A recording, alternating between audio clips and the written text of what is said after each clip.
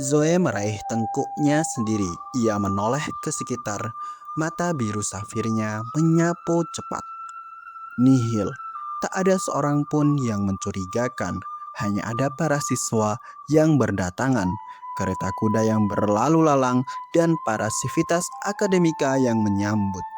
Milady, Ana sampai kembali menegurnya. ayo cepat. Kita tidak perlu mencampuri urusan orang lain. Aku tahu, Ana. Kakinya mulai melangkah lagi.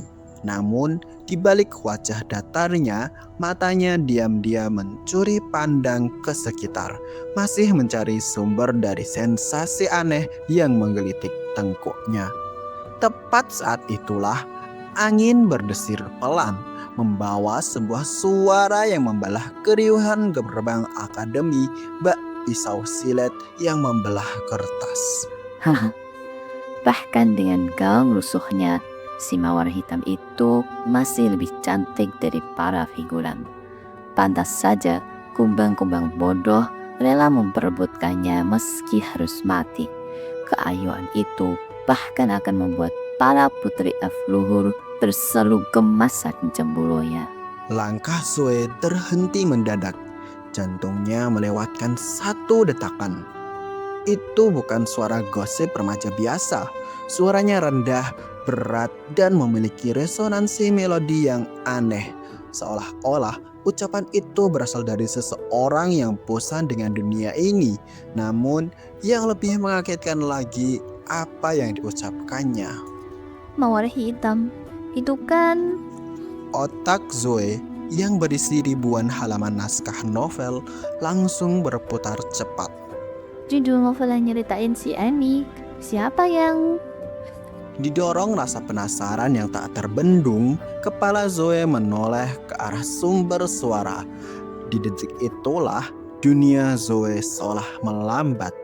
Di bawah naungan pohon jeruk yang rimbun bersandar sesosok makhluk yang seakan terbuat dari cahaya bulan dan mimpi buruk yang indah. Lelaki itu tampak muda, sepantaran dengan para siswa baru seperti Zoe. Kulitnya pucat seputih pualam, kontras dengan bayang-bayang dedaunan yang menaunginya.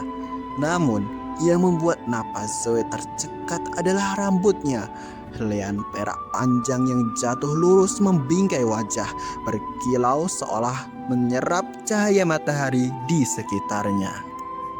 Di antara helaian perak itu menyembul sepasang telinga runcing yang elegan. Telinga itu berkedut sekilas, membuat Zoe ingin sekali mencubitnya. Tumus banget. Zoe menjerit dalam hati. Keindahan paras yang seolah lahir langsung dari surga itu membuatnya lupa diri. PTW, itu elf kan? Serius itu elf yang cuma ada di dongeng itu? Hatinya berbunga-bunga, seolah musim semi telah tiba di sana. Namun, wajahnya tetap saja menunjukkan musim dingin yang beku.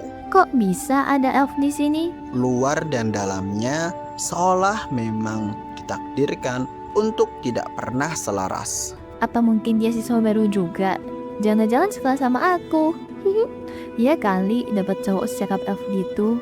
Makhluk itu menatap lurus ke arah Emilia di kejauhan dengan sorot mata yang membuat lutut Zoe lemas. Bukan karena takut, tapi karena ia belum pernah melihat mata seindah itu. Hijau jernih seindah zamrud, tajam tetapi menyimpan keheningan sendu yang memikat. Seolah-olah seluruh alam semesta sedang tidur di dalamnya. Zoe mematung. Matanya terbelalak, memindai setiap inci wajah itu, mencoba mencocokkan ia dengan arsip di kepalanya. Rambut perak, mata zamrud, telinga runcing, ditambah paras elok yang mungkin dapat membuat para wanita mengiris jari-jari mereka. Gak ada sama sekali. Zoe hafal setiap karakter di novel Mawar Hitam. Mulai dari pangeran mahkota yang bucin parah ke Emilia, hingga tukang kebun istana yang jadi antek-anteknya Vivian. Dia hafal setiap ilustrasi, setiap deskripsi fisik, dan setiap nama. Novel itu bahkan menjadi bahan utama penelitian skripsi dan jurnalnya. Namun, lelaki elf ini dia yang bahkan lebih indah dari Pangeran Cedric si Melit pertama dan juga yang lebih dingin dari Tuan Muda Casimir si Melit kedua. Ini Dia jelas gak ada di dalam buku. seolah menyadari tatapan Zoe, elf luhur itu menoleh. Sepasang mata zamrudnya bertemu pandang dengan mata safir Zoe. Waktu pun seolah enggan melaju dalam sedetik. Tatapan sang elf luhur itu bukan tatapan ketertarikan, melainkan tatapan analitis yang dingin, tajam, seakan-akan sedang membedah Zoe menjadi deretan angka dan data. Dada Zoe terasa sesak, bukan karena korsetnya, tapi karena teror yang lebih dalam, sebuah ketidaktahuan.